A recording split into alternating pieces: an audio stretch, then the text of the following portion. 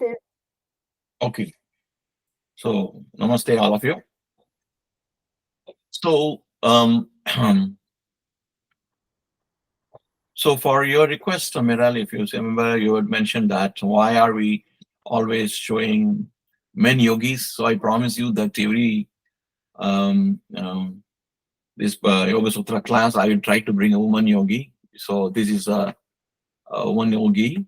Interestingly, she's been in US also, lived in US also. So I think her name is Atma Shri Ananda or something. I will probably check and let you know. And she formed a yoga ashram here in Florida, New York, Delhi, Bombay, Calcutta, and many places. So this is another woman yogi for your information. So Naveen, um, I don't know whether you have been attending this session or not. So did you attend or any time or In the beginning, I attended few classes, sir. oh, And then I was attending the other class, but not this one. But in the beginning, I attended a few classes. okay. So essentially, as a 3-4 minute recap, essentially Patanjali Yoga Sutra is a workbook. Okay. Um, Bhagavata is a story which tells essence of Vedic wisdom through a story form, through a series of activities, happenings, dialogues, and things like that. That is Bhagavata. If you remember when we started here, when maybe I don't know 2-3 years back, or I don't know when we started, I mentioned that at the conceptual framework of a concept, not even a framework, the basic group, bare concepts are in Vedas. There's not even a framework, no methodology. It's spread across huge literature. You can't pick up one portion and say this is the framework, that chapter is methodology. It's not like that. It just goes on and on and on. That is Vedas. That's where you get the essence of metaphysics. Okay. But then it's so hard, and everybody cannot find, can either or are not able to, and cannot also in some cases go through the Vedas, and therefore they took all those essence and distributed it over several stories. They're called Puranas and Bhagavata, Mahabharata. These are all stories where so many things happen, in which there are a lot of conversation happen. Through this conversation, the same Vedic knowledge is disseminated.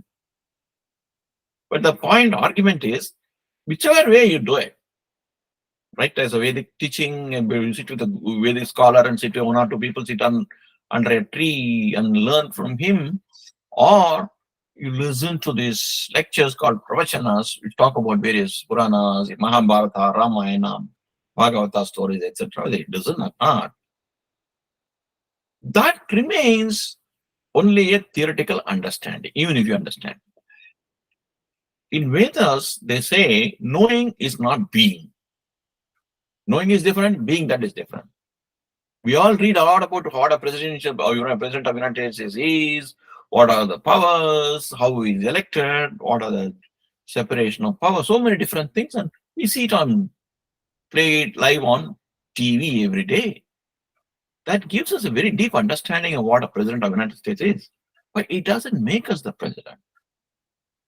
We are given to commenting, we read a newspaper or a news item in social media, we comment because we know a little bit.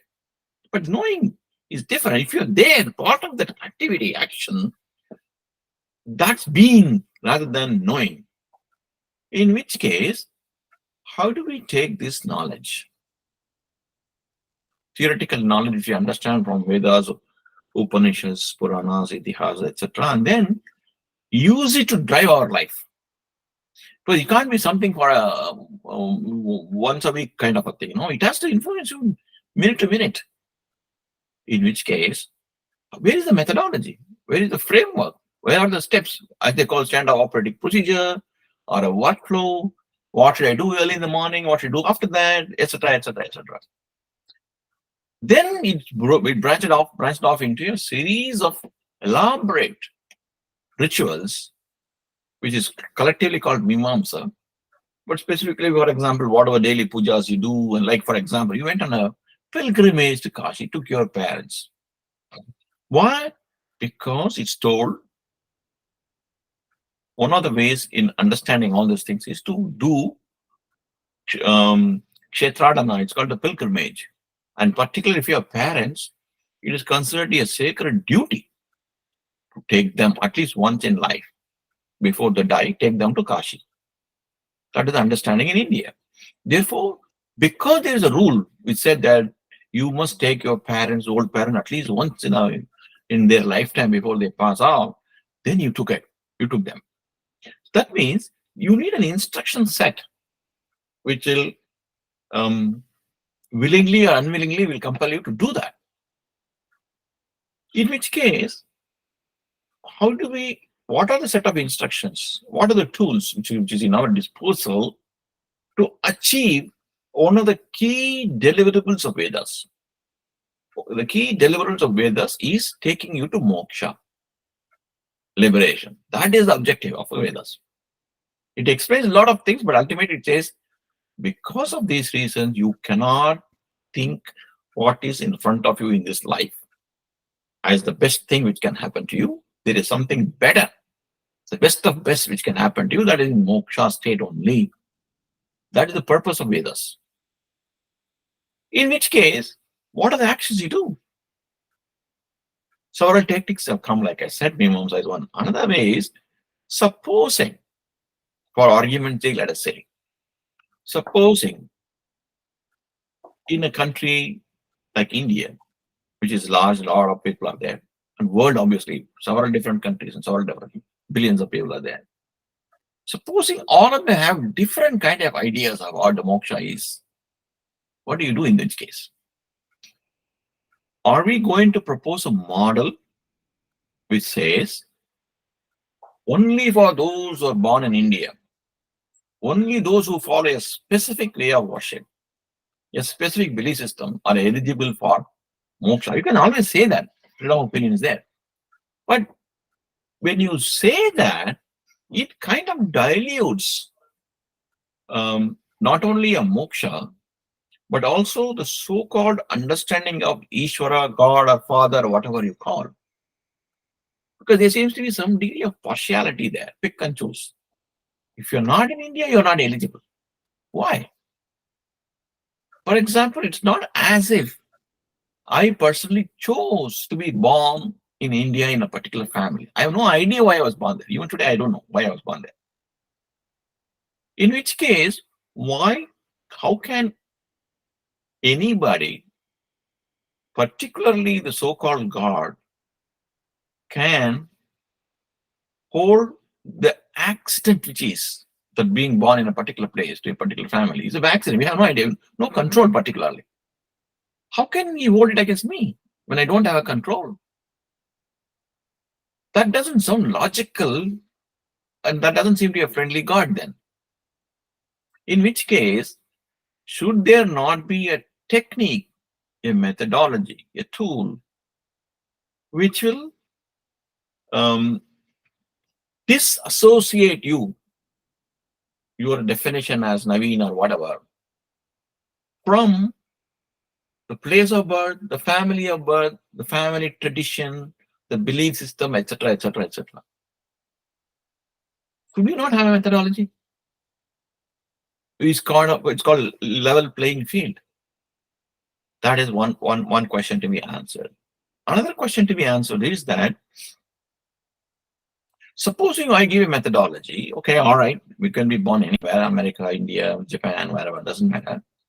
But the condition is you need an elaborate ritual to perform, which will cost you a ton of money. And you need at least 27 different things, items to be brought in, and 5 different priests to be brought in.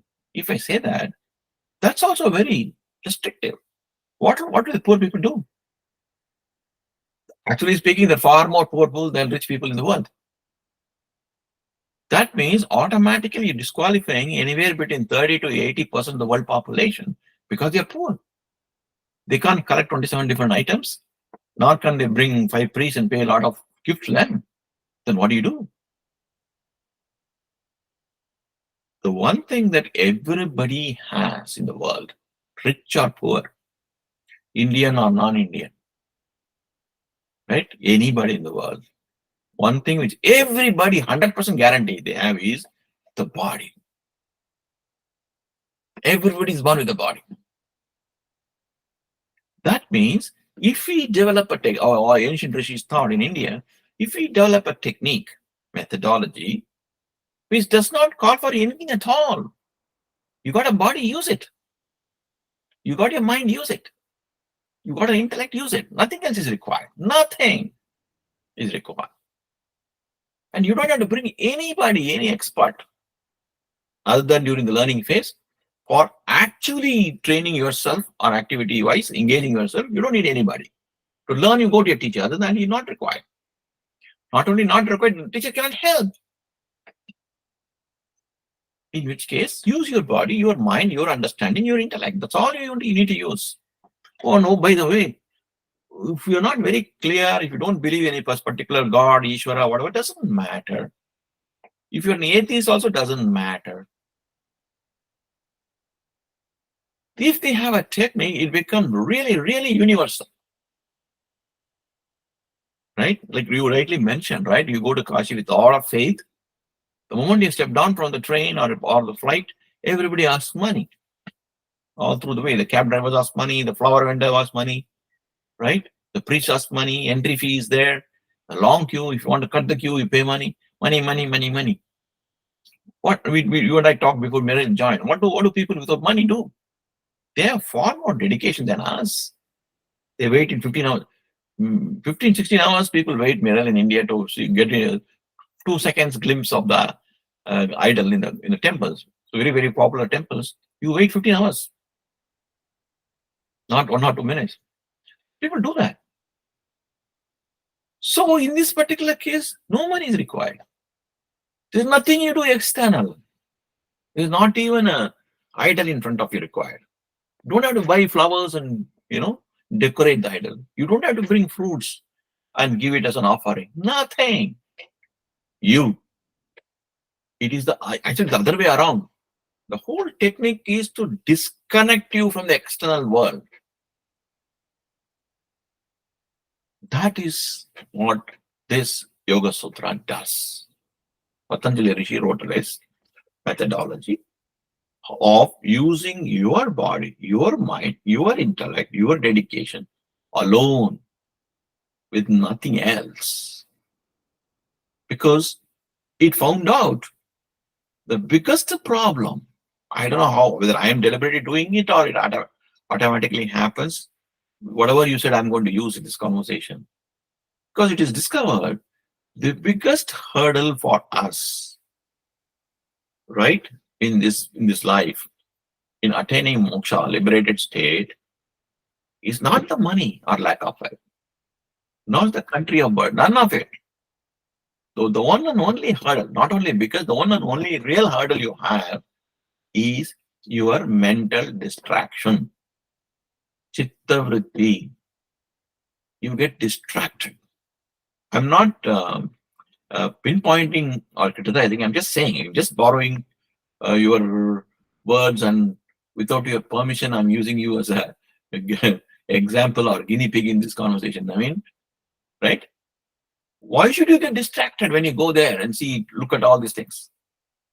Your objective was going to Kashi. You are performing a sacred duty of taking your parents to the sacred pilgrimage and having a darshan of the idol and taking a dip in Ganga, affectionately called as Ganga Maya there, Mother Gang as they call.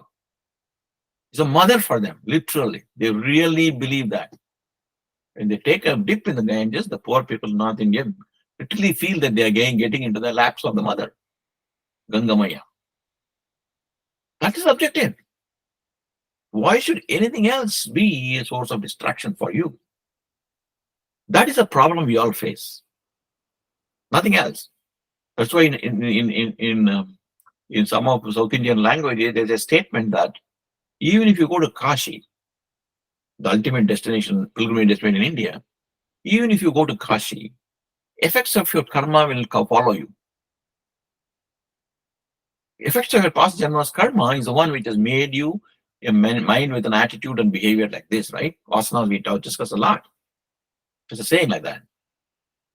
Therefore, Patanjali Yoga Sutra tells us How do we use our body?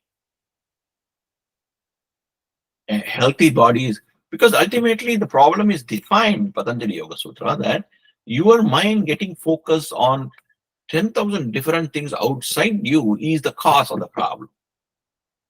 Therefore, you have to disconnect from all of it and focus on only one entity inside you. Then you need a technique for getting blocking external stuff. Merely closing the eye will not help because ears still function if you hear all the noise, number one. Number two, even if you're deaf, mind works. Mind is always thinking about everything. Therefore, quietening the mind becomes very important step to disconnect from the external stuff. How do I quieten the mind? There is a connection between mind and the breathing. If you moderate your breathing, control is a wrong word. I don't know how to use the right English word. You control your breathing, mind calms down. But then you cannot control the breathing, moderate or channel, like you tell it, unless your body posture is correct. You cannot slouch like this, lie down like this, and control the breath. Not possible. Or run like this. You cannot.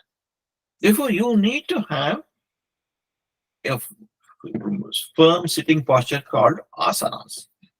Siddhasana, Padmasana, different asanas given. Sitting postures, which is required to control the breath. Okay. But then you should not slouch and things like that. Therefore, your backbone has to be vertical. Now you try to sit like that, in 2 minutes, you'll get knee pain, ankle pain, back always bends. As you get older, even sitting is becoming a problem. On the floor like that is a problem. So what do? Therefore, your body needs to be kept healthy and flexible. Then they developed into series of yogasanas, which is not only sitting. All kind of asanas were developed. Right?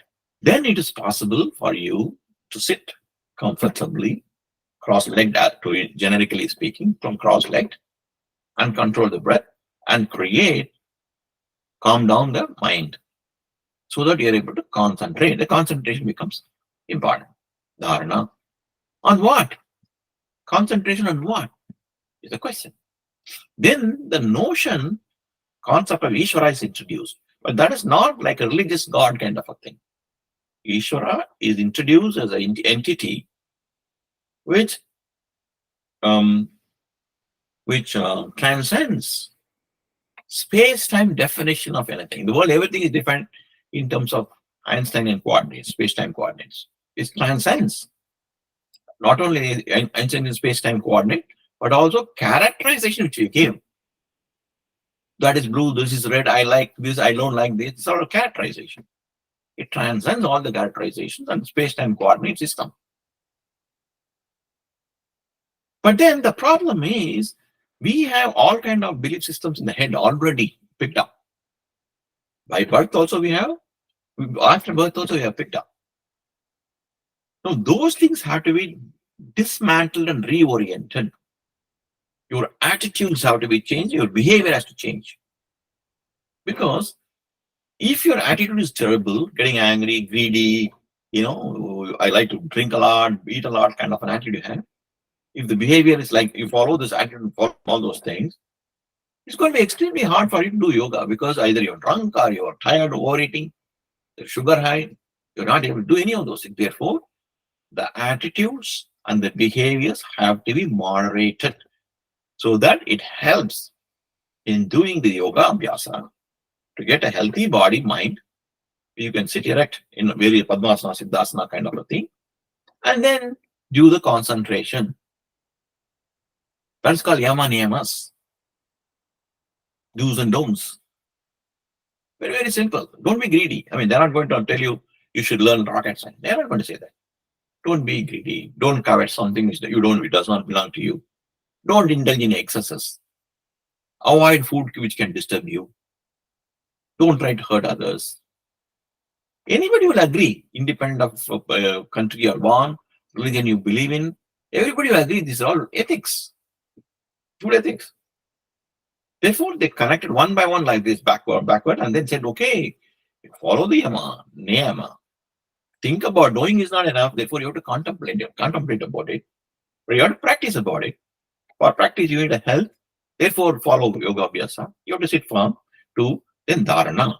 If you do all those things, what happens? They say you get into a process called dhyana process after gaining this concentration. Constant dhyana is being able to be aware of specific object on which you're concentrating. That is the process. If you do, what happens? They say the answer is you get into a samadhi state. And that is the penultimate step, last but one step of getting into this liberation. A lot of things happen after you get into a samadhi state.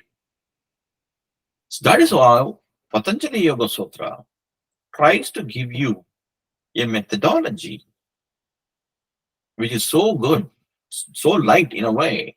It doesn't need anything other than yourself. It does not make any demand on the belief system. It only asks you to follow good ethics and good behavior. A healthy body, healthy mind, healthy intellect. That's all it asks in one part. I can package it like that. You get the point. That is what we've been discussing. And Miral is very, very fond of this. And she probably is practicing it for I don't know how many number of years. That's what she's been doing.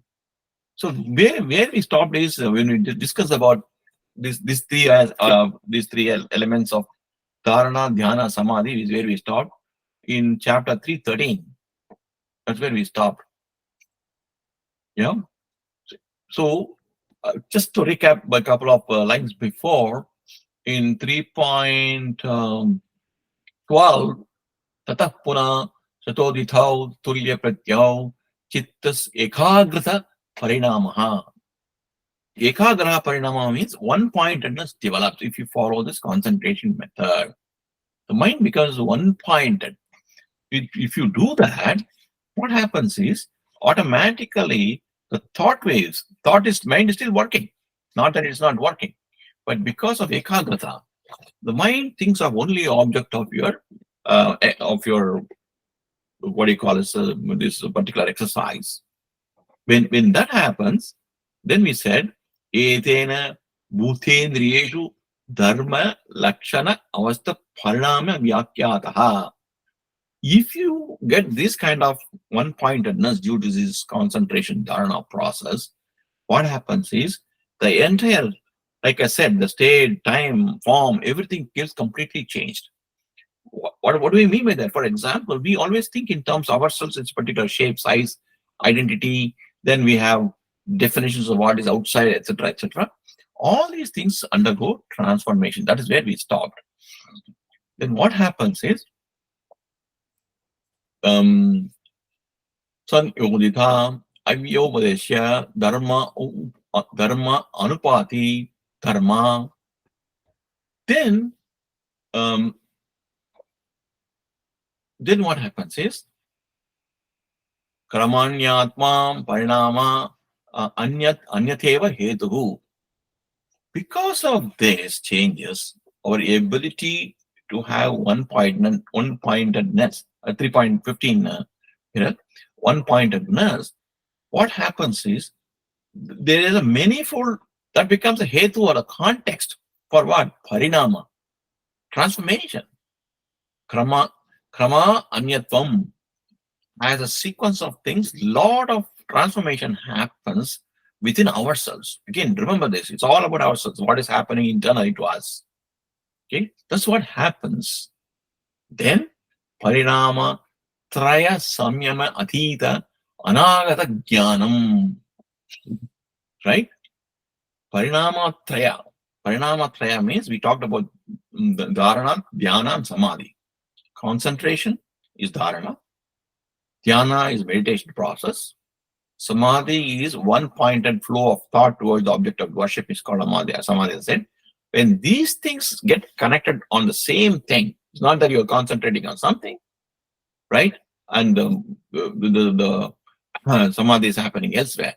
If that happens, it's called the samyama. When that happens, yeah,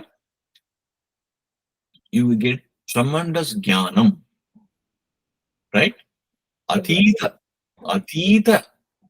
Atita means um, um, not superfluous, extraordinary. The understanding which you get is extraordinary. Atita anagata jnanam. Such a great knowledge you will get. It's for the present and the past, right? Okay, that's true. That's Future how, and past. yes, that's how it is normally translated as present and the past and future also. They say. Um, the way I would like to define this kind of gnanam is slightly differently, and that is, if you go through this samyama, right, you will understand what I'm trying to say. Um, it's the terminology as past, present, future, etc. Is used to indicate conventional way in which we think and relate to our external world. That's what it's like Einstein said, no space-time coordinates, like that. But you want to go beyond that. There are um, several layers. experiential understanding you get when you get there. The same world will look so different. Same people will look so different. Same objects will look so different. That's what I would like to call as a atita anagata jnanam. Extraordinary knowledge will present. Then he gives a few examples. Shabdhartha pratyayam itareta adhyasat sankaraha tat pradibha samyak sarvabhutaruta nanam Shabdhartha pratyanam. Supposing you take a sound, right? A word is spoken, a sound is heard, let us say. Then your understanding of what it is, what concept it represents, the understanding of a specific word, or how do you react when a word is given to you? These things will dramatically change, because normally we get confused one with the other, and all of them confuse us. Like, if I want to give a crude example, um, for example, some people, it is very prevalent, I see in social media nowadays, in WhatsApp conversations. Some people use very strong words. I mean, which almost the border of personality attack on you. When people use such words, right? You can see very, very clearly if you start following this Patanjali Yoga Sutra regularly. You no longer react with anger. You don't retaliate. You don't hit back with the equally strong word. Words are same. The sound emanating from the word is same. But instead of using the dictionary meaning of the word and get offended and retaliate, instead of that, you start understanding that word no longer represents the dictionary meaning. It represents the mental state of the person who is saying that. So you go behind the words, is that it? Absolutely. You go beyond the words. You understand it represents the person's mental agitated state. Then, over a period of time, you go further, deeper than that. You understand, okay, in his present status of, where he is in this journey, or he has not even taken this journey, he doesn't even believe this, he is bound to react like that, because maybe you said something which has provoked him like this. Even neutral things can provoke, right? You don't have to really intentionally provoke people. So you begin to give that understanding of the psyche of the person who's using this word. So you understand you understand someone without words? Correct. Beyond the words. Beyond the words. Beyond the words. Not only, what happens is, this is what results. You don't react. You just ignore. You just say it's okay, all right, not okay. You said this, that's okay. You do that. It doesn't really. It's not out of control of the mind. Otherwise, then your blood pressure will rise. It happens naturally. You just smile it off, as they say, right? That happens. That gives you a deeper understanding of all kind of sound which is uttered by Sarvabhuta Ruta Gnanam. That means of all species, not only human beings. For example, when a bird, chirrups, Suddenly you understand it. And not in the see, I have to be careful because this gets exaggerated many lectures. I don't want to exaggerate. It's not that you get understanding a bird's language. No, I'm not saying that. You get an understanding is what the bird is trying to say, a dog is trying to say, a cat is trying to say. Yeah, you get that. Sarvabhuta Rutagnanam, you get it. That is the consequence. This is why I said, right? When you create this samyama, that is coalescing, concentration, meditation, and samadhi in the same object, for example, when you get into the samyama experience, the whole world, that's why I said the whole world is so different. I mean, to tell you in a very day-to-day affair thing, you start loving everybody. You see, suddenly you find that emotionally you like everybody. You express it also. Sometimes it shocks people. What are you trying to say? They say they don't understand. But fact is, the world has changed for you. Is no longer colored by your mental attitudes, your likes, dislikes, your biases, the past, the good deeds, bad deeds of the person. Everything vanishes. Right? You see others stark naked to the point of soul, atma. Then you find that, oh, it's so so lovable. Okay, let me put it that way, right? That kind of a feeling comes. Any questions, Naveen, or? Would this be something like chapter number 248? Can you read that 248? I don't know how to read it. Tataha dvandva. Let me try. Let me go back and see. I hope it is. I have the same. 48. 2.48. No, I don't have a book. I prepare a slide, so let me see whether I have it. 248. It's actually, like I love these three chapters, 46, 47, and mostly and then the 248 develops. What did you say 248 as? 248. The opposites are no longer disturbing. Or this is what you're talking about. Maybe it's more, in. Let me see 248. 248. Okay. 248. Correct. 248. Tato dvanda. Correct. Dvanda ana abhigataha. Correct. Tato dvanda. Dvandva means dualities. It is no longer, troubled by that definitely you can connect it that way. Yeah, certainly. Good observation. But I think this is more than what you're talking about. Yes, it is definitely more than that. Absolutely is more than that. Right? Then it goes on saying, as an example, supposing sanskara sakshat karnat purvadho dhanam purvajati gnanam. Supposing you start practicing samyama, right?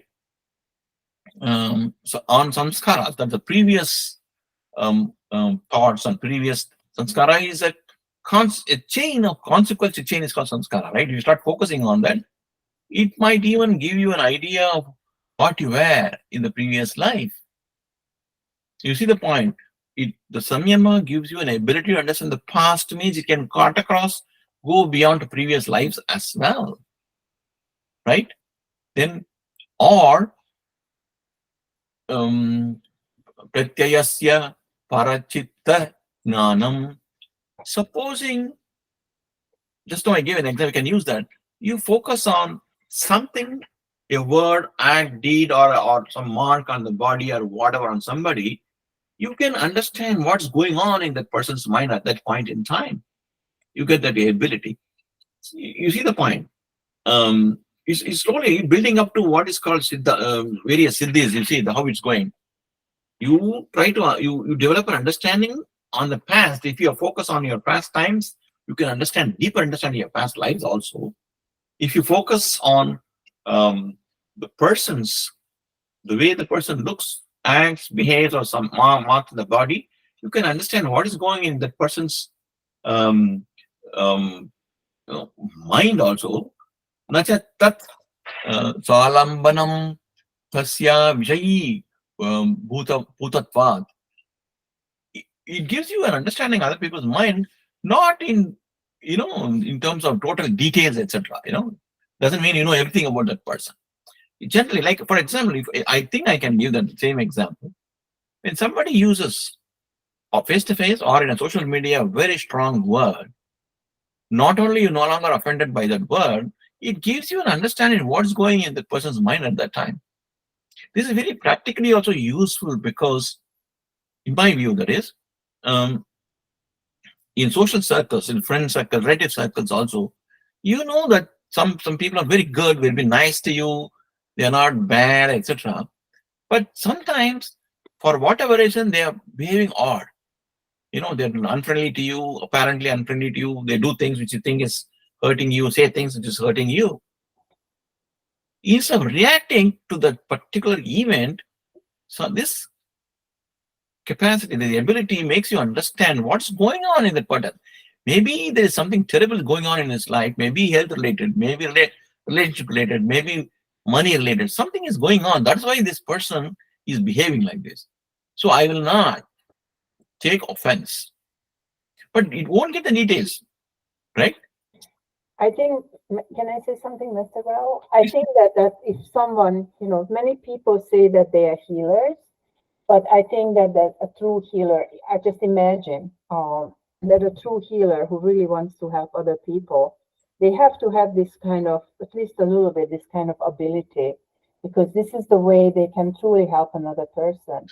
But I also think that this is, I mean, at this level for a yogi, it's not dangerous, but on my zero level where I'm at right now, I can imagine that it could be very bad if it used in a bad way. It doesn't use properly. So I don't think it's for everyone to get to this point or to know this. We will. No, you're absolutely right. We'll come to that. In fact, Patanjali, somewhere down in this chapter, gives that caution also that while he is explaining what will happen when you get a samadhi anubhava, how your mind dramatically changes, your ability dramatically changes, the way you look at the world is changes, and more important, how you can influence others changes. All these things happening, he would also caution, this is not the objective of the exercise.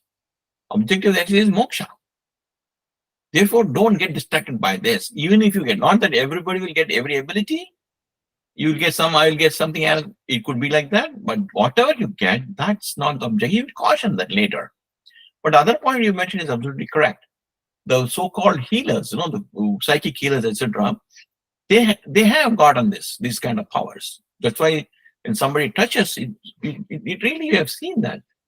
In fact, in India, there's even a belief system that some children, firstborn, thirdborn, some calculation they have got.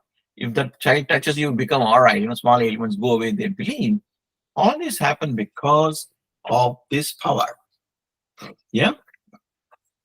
Then,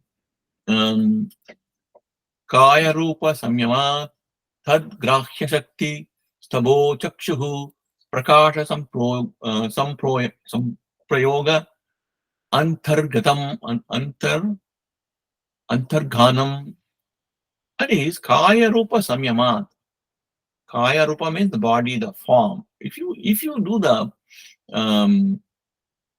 tad grahya shakti stambhe, what happens is it's a kind of shall we say, it's very in my view a tall statement being made.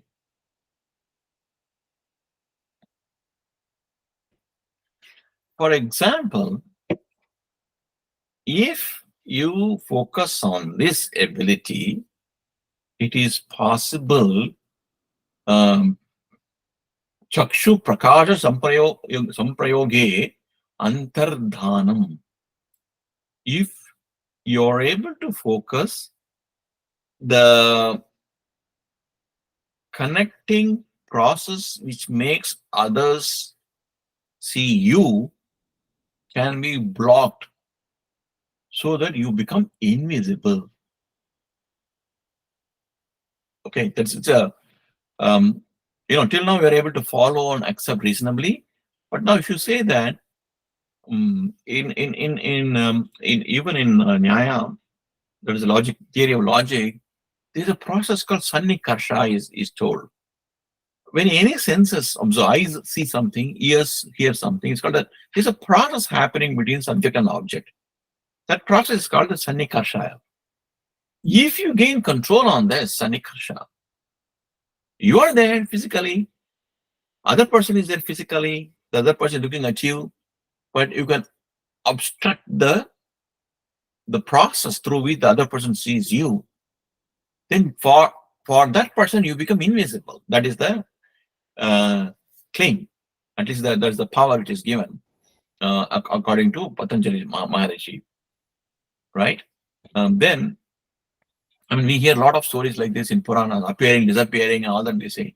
That's blocking the process of the senses. That's what you do. You're still there, but the others can't see you because you block the process, right? I'm sorry. Yes, go ahead. Mr. Rao, I see that on TV sometimes on History Channel. They talk about the aliens. And then sometimes, these aliens, they just disappear, or the ship, just disappears. Maybe they use this technique. Yeah.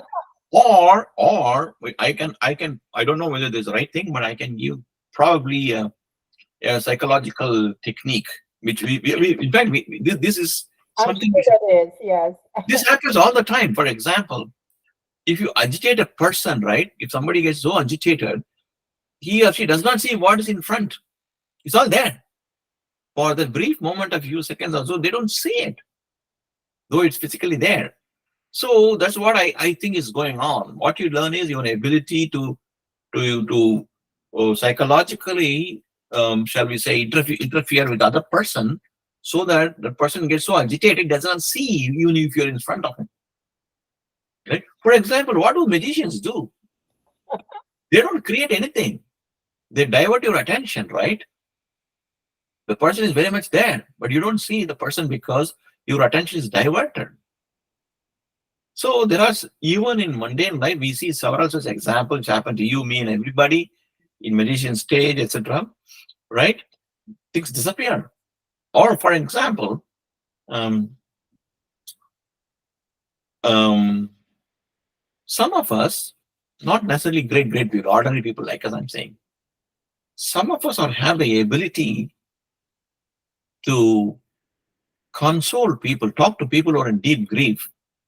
They think something terrible has happened, or their future is gone.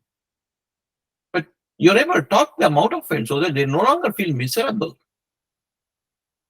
You get the point? For example, I've been pretty lucky, fortunate, I would say, in preventing at least 4 or 5 people from committing suicide. They were on the verge of suicide. Wow. By just giving them hope. Whatever they thought is the biggest problem in their life, which they are not able to solve, and therefore there is no point in continuing to live. At that moment, at least, I could convince them that the problem has gone away. Problem is still there. For some, it's a money problem. For some health problems, etc., etc. The problem is still there. But their recognition of the magnitude and the consequential results, potential results, I made it go away. So they no longer look like, there's no purpose in living. Therefore, this ability, right, antardhyanam, as I said, right, antardhanam, that ability plays even in our lives, ordinary mortals like us, average persons like this. So if you're an accomplished yogi, they can make so many things. That's why you find that, there are people like yogi, like Sadhguru, Jaggi, Vasudeva, etc. They command such a respect and millions of followers because they're able to do it in large scale. Yep. Okay.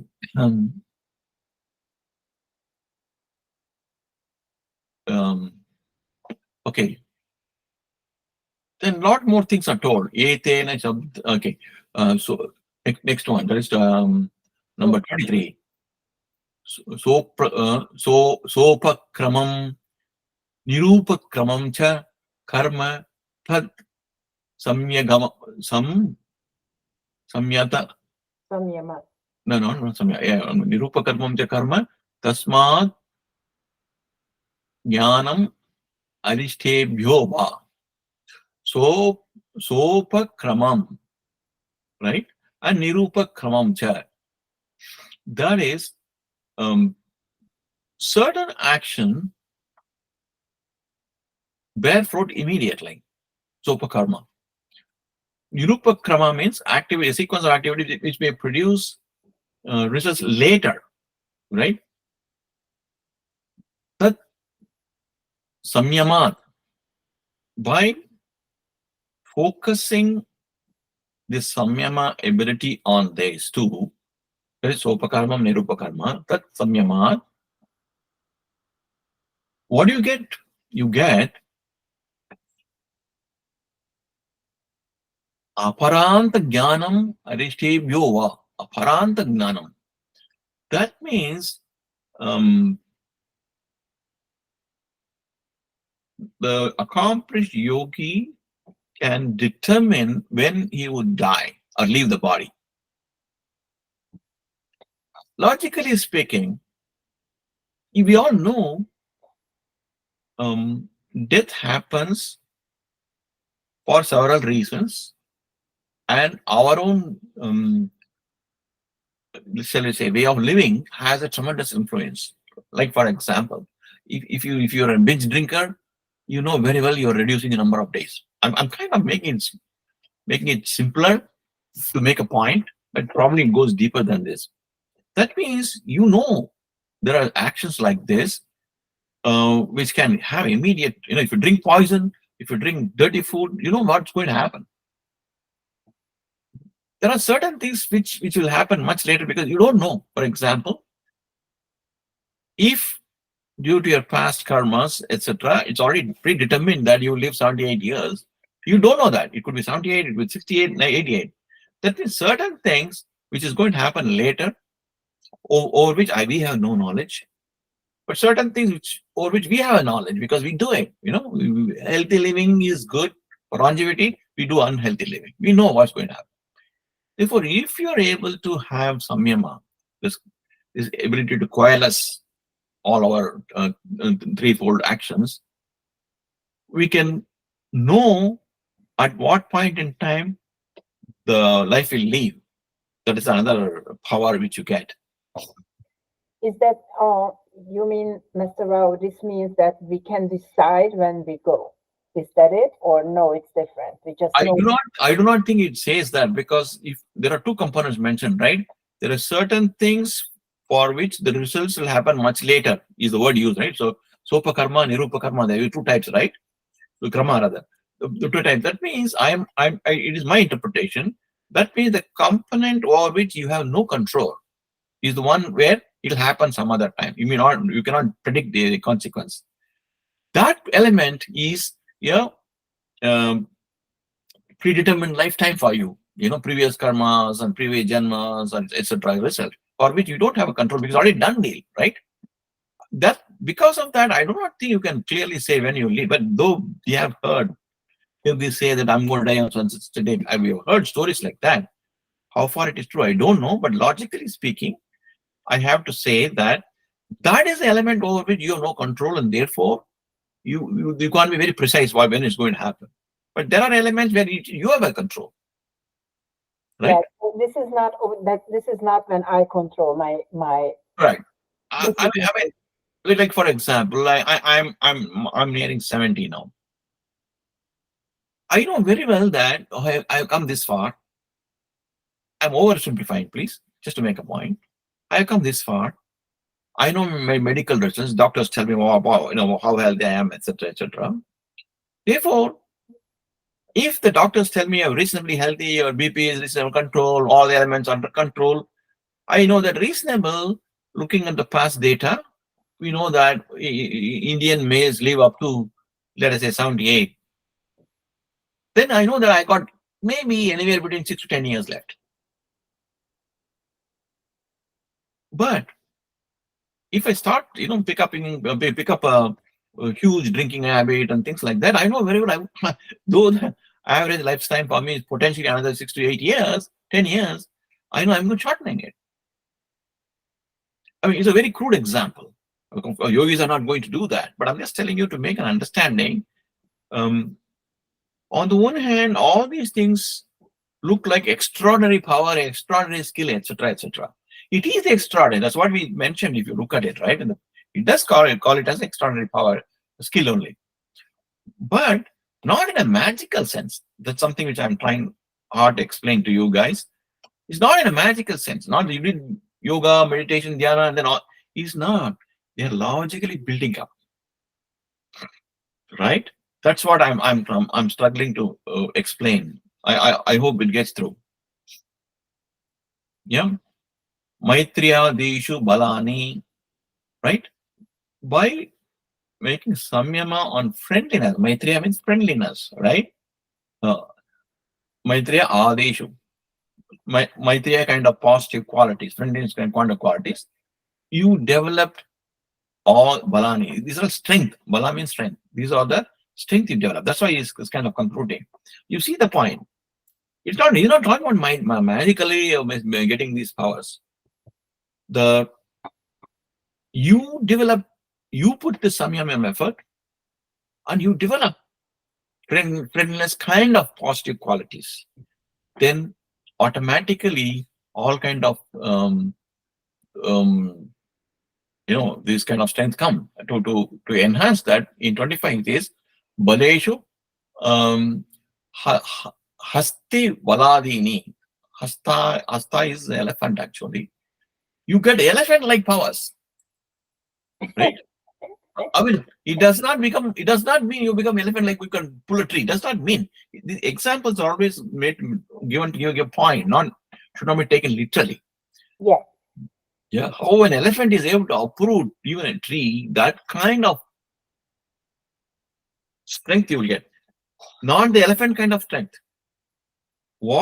Before getting into this journey of this yoga, before you started this journey, before you accomplished great expertise and all those things, imagine what was your power, your ability. Not only physical, emotional, psychological, intellectual, perceptive skills, understand the word skills. But the skills you will get after you succeed in this exercise is like an elephantine kind of a vast difference will be there. That's how they're explaining this. It should not be taken literally that an elephant kind of a thing will come. Right? Then I think it's 6:50. Meryl, I'll do one more and stop with that. Yeah. Yes.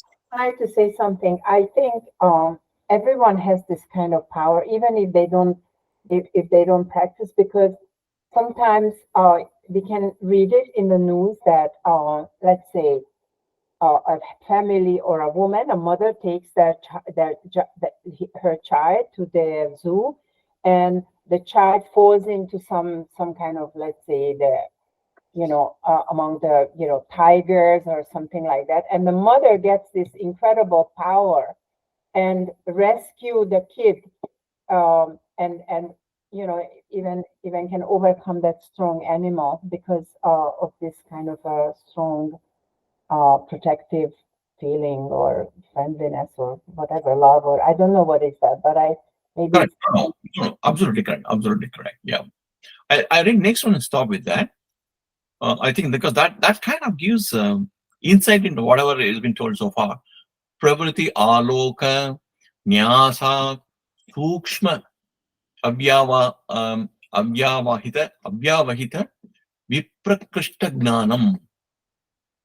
See, pravriti aloka nyasa. You do the nyasa. When you do that, sukshma vyavahita viprakrishta gnanam, you get it. That is focusing, doing samyama on your inner light, right? You get the deeper understanding of whatever is subtle, hidden, far away, it's a kind of a, this is the most important, in my view, summary, one-line summary of all the things he has mentioned. Because what is inner light? See, that is our inner consciousness. The inner consciousness is all pervading, Pragnanam Brahma is a Veda Vakya, right? The Pragnanam, the inner consciousness is spread all over. Brahma is all over. Whole universe is spread by this Pragnanam. I think he's tapping into that. That is in your inner core. Logically speaking, if you are in tune with your inner light, inner consciousness, which is all pervading anyway, automatically the elements of this, kind of a crude example I'm giving. If you take a bubble wrap, we know what a bubble wrap is, which is, you can even take 30 feet by 6 feet, lot of bubbles there, right? Each of them have individual bubbles. Air is filled, but all air is same, connected. So likewise, if you're able to tap into your inner consciousness, which is all pervading, it is very possible to tap into the consciousness which is present in everybody else, in which case you should know what's going on in everybody else in general sense. It's the consciousness which connects everything. That's why it's called, whatever is sukshma is very subtle, vyavahita, which is hidden, viprakrishta, which is theoretically space-time coordinates wise far away, we say. We get an understanding. How do we get an understanding? Because your consciousness is connected. This experience you will get in deep meditation also. If you're given to meditation, without, just before samadhi anubhava also, you will feel that you are spreading everywhere. You are conscious. You are everywhere. You are everywhere is the feeling you get. You get a feeling you are becoming bigger and bigger and bigger and occupying the entire universe. You will get that feeling. You get that feeling because you're slowly understanding that your inner consciousness, Pragnana, is really nothing but a part of a larger infinite consciousness, which is spreading all over the universe. That is what is being tapped into in this. In other words, this one-line summary tells you it is not a magical power or special power. It is a bala, a strength you get. Just like you do physical exercise, you get good muscles. If you do this Yoga Sutra, Patanjali Yoga Sutra properly, you get, in a non-physical sense, all the strengths, which transcends the conventional boundaries, conventional boundaries defined by space-time coordinate system. Space-time coordinate system is just one of the part of the definition of the reality, which is multidimensional. Defining somebody as, occupying a particular form or a name or a characteristic definition of this person, that person, this role, that role, these are all arbitrary. There's a lot more to Naveen and Miral than what you officially describe in your resume, isn't it? By looking at the resume, you cannot decide who you are. You can only decide who you think you think me to believe you to be. You're much more than that. At any rate, you're much more than a software developer, isn't it? Therefore, who you really are depends upon how your consciousness is being deployed in developing a set of attitudes and behavior. To that level, this samyama power will get you understanding that. That's why they say you go beyond the word, beyond the action you go. That is the power which you get. That it is not a magical. Once again, because many people talk about saying that it gives you magical power and all the stuff. When they talk about Yoga Sutras, it is not giving any magical power. It gives you a strength, a consequential strength based on the effort you put in what? In understanding your inner guiding light. Pravriti aloka nyasat. You have to do nyasa. Your effort has to be towards that. Then you will get Sukshma, subtle, Avyavida, Vipakrishta, Gnanam. Whatever is very subtle, whatever is not visible directly, this is called hidden, is not visible directly. Because, for example, right, all of us, our visibility to outside world, you see me, you only probably see 1% of what is going on in my head, right? Not even 1%. But by developing this skill, you can understand what is not said. Also, it's called hidden. Hidden is used not as a hiding kind of a thing, it's not visible kind of a thing. And Viprakrishta means which is far away, not only space, not only space-wise is far away in right now in India kind of a thing. Far from your reach, that's the way I like to define. Before and after.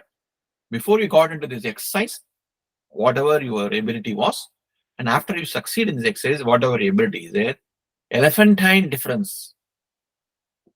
Yeah, that's why they said Hasti Balani. Elephantine difference. Yes, please. Master Rao, I do apologize. I have to go now. Yeah, no, I'll stop with this now. So we will see next Sunday, obviously, if you do that, we will be doing, let me try to close the recording.